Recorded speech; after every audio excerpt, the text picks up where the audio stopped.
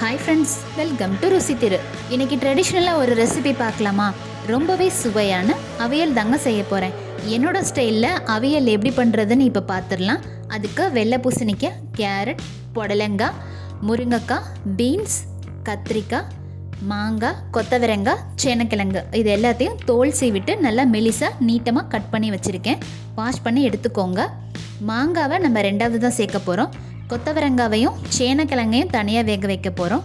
இப்போ பேலன்ஸ் உள்ள வெஜிடபிள் எல்லாத்தையுமே நான் ஒரு பாத்திரத்தில் மாற்றிக்கிறேன்.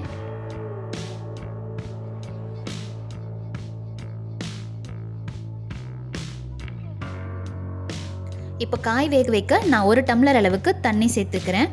2 கொத்து கருவேப்பிலை எடுத்திருக்கேன். இதை காம்போட பிச்சு சேர்த்துக்கிறேன்.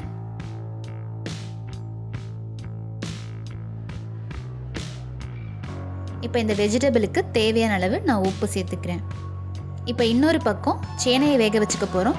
இந்த சேனையும் கொத்தவரங்காவையும் தனியாக வேக வச்சுக்கலாம். இது வேகிறதுக்கு டைம் ஆகும்.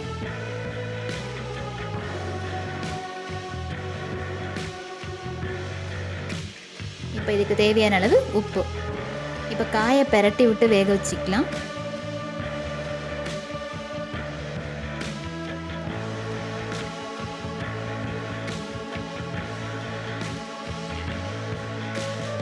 இப்போ இந்த வெஜிடபிள் எல்லாம் பாதி அளவுக்கு நல்லா வெந்துருச்சு. இந்த ஸ்டேஜில் நான் மாங்காய் சேர்த்துக்க போகிறேன்.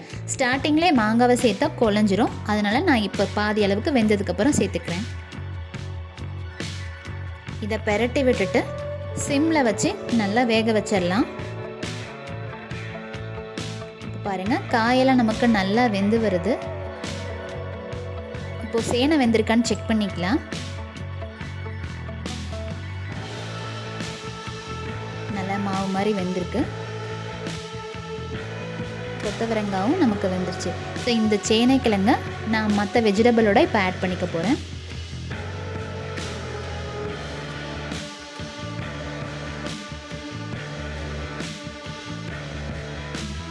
இதை பெரட்டி விட்டு வேக விட்டுருங்க. தண்ணி எல்லாம் வற்றி நல்லா வெந்து வரணும்.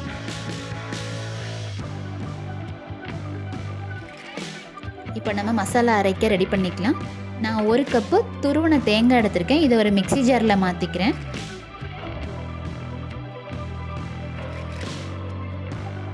ஒரு 5 பச்சை மிளகாய் இதோட சேர்த்துக்கிறேன். உங்கள் காரத்துக்கு தகுந்த மாதிரி நீங்கள் சேர்த்துக்கோங்க. 1/4 டீஸ்பூன் மஞ்சத்தூள், 1/2 டீஸ்பூன் ஜீரகம், ஒரு 4 சின்ன வெங்காயம், 1 கொத்து கருவேப்பிலை. இதை சேர்த்து தண்ணி ஊற்றாமல் கொரகொரப்பாக அரைச்சி எடுக்கணும்.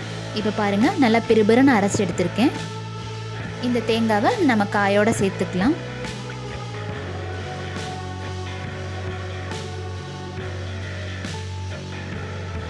இப்போ எல்லாத்தையும் நல்லா கிளறி விட்டுருங்க.